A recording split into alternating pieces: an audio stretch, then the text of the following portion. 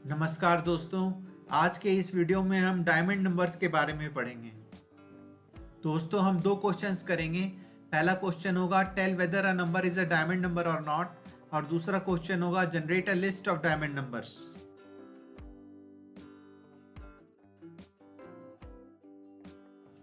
दोस्तों क्वेश्चंस करने से पहले जान लें कि डायमंड नंबर होता क्या है।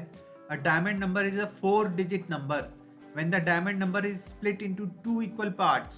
The sum of the squares of these parts is equal to the diamond number itself. दोस्तों इसका ये मतलब है कि डायमंड नंबर एक 4 डिजिट नंबर होता है, और अगर डायमंड नंबर को दो बराबर 2 डिजिट पार्ट्स में तोड़ दिया जाए और इन पार्ट्स का स्क्वायर कर दिया जाए और जो स्क्वायर्स आए उन्हें आपस में जोड़ दिया जाए, तो जो सम आए अगर वो ओरिजिनल नंबर के बराबर हो तो हमारा ओरिजिनल नंबर डायमंड नंबर कहलाता है।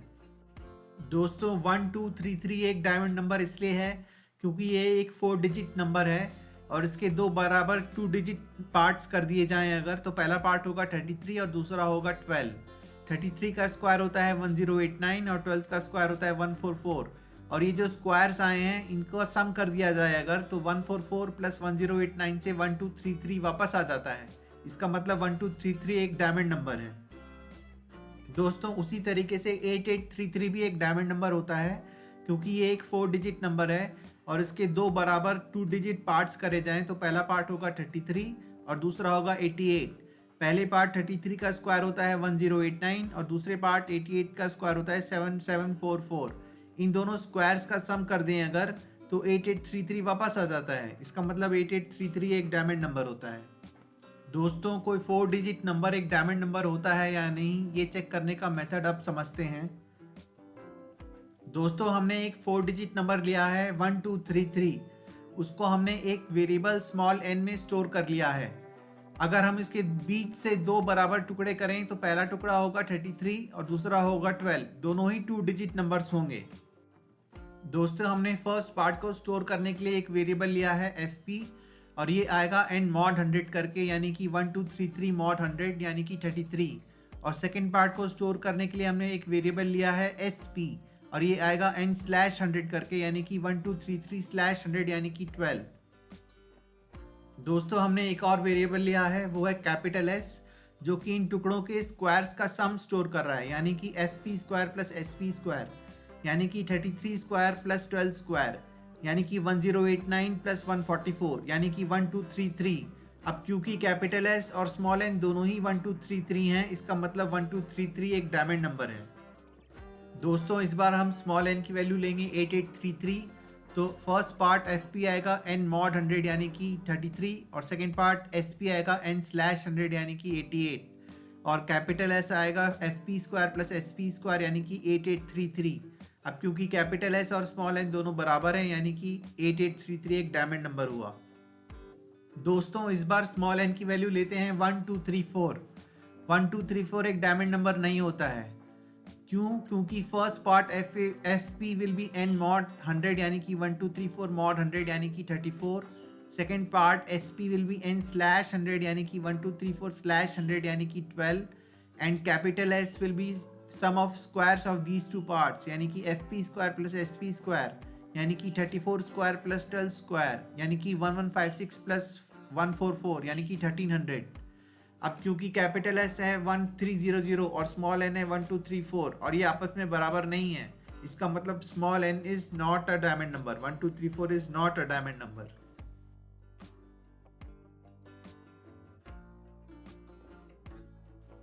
दोस्तों आइए अब पहला सवाल करते हैं। पहला सवाल है write a program to check whether a number is a diamond number और नॉट।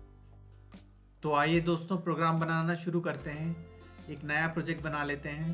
प्रोजेक्ट का नाम डाल देते हैं लेसन 25 क्यू, और प्रोजेक्ट को क्रिएट कर देते हैं।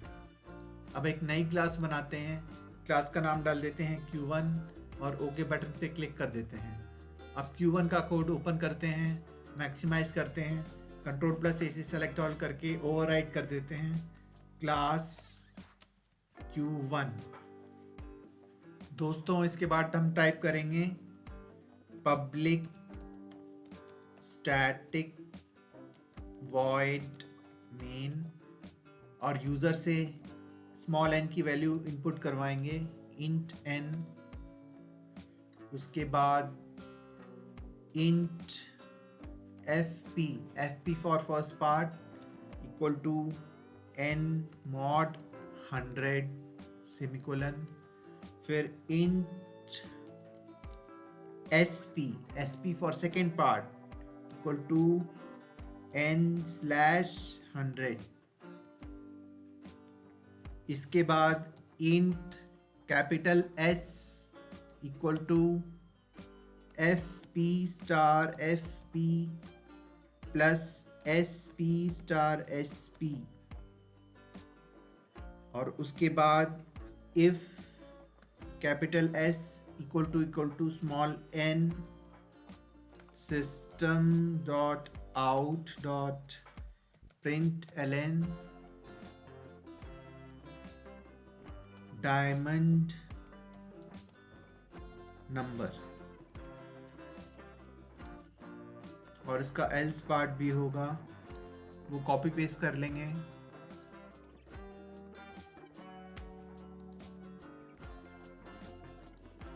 Not a diamond number.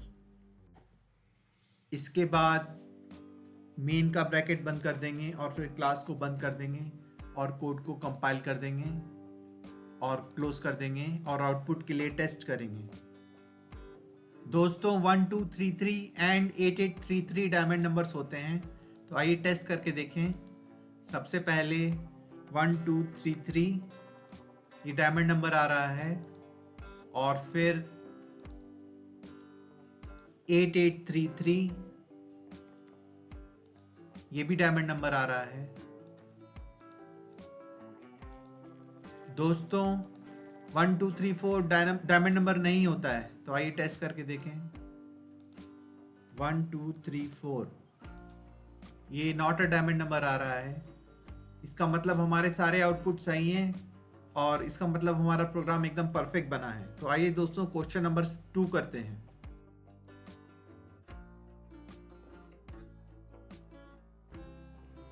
दोस्तों क्वेश्चन नंबर 2 है, write a program to generate a list of diamond numbers, और इसका आउटपुट है 1233 एंड 8833। दोस्तों क्वेश्चन नंबर 2 का कोड बनाने के लिए मैंने क्वेश्चन नंबर 1 का कोड कॉपी पेस्ट कर लिया है। अब इसमें बस माइनर चेंजेस करेंगे। सबसे पहला चेंज होगा, जहां क्लास Q1 लिखा है उसको क्लास Q2 बना देंगे।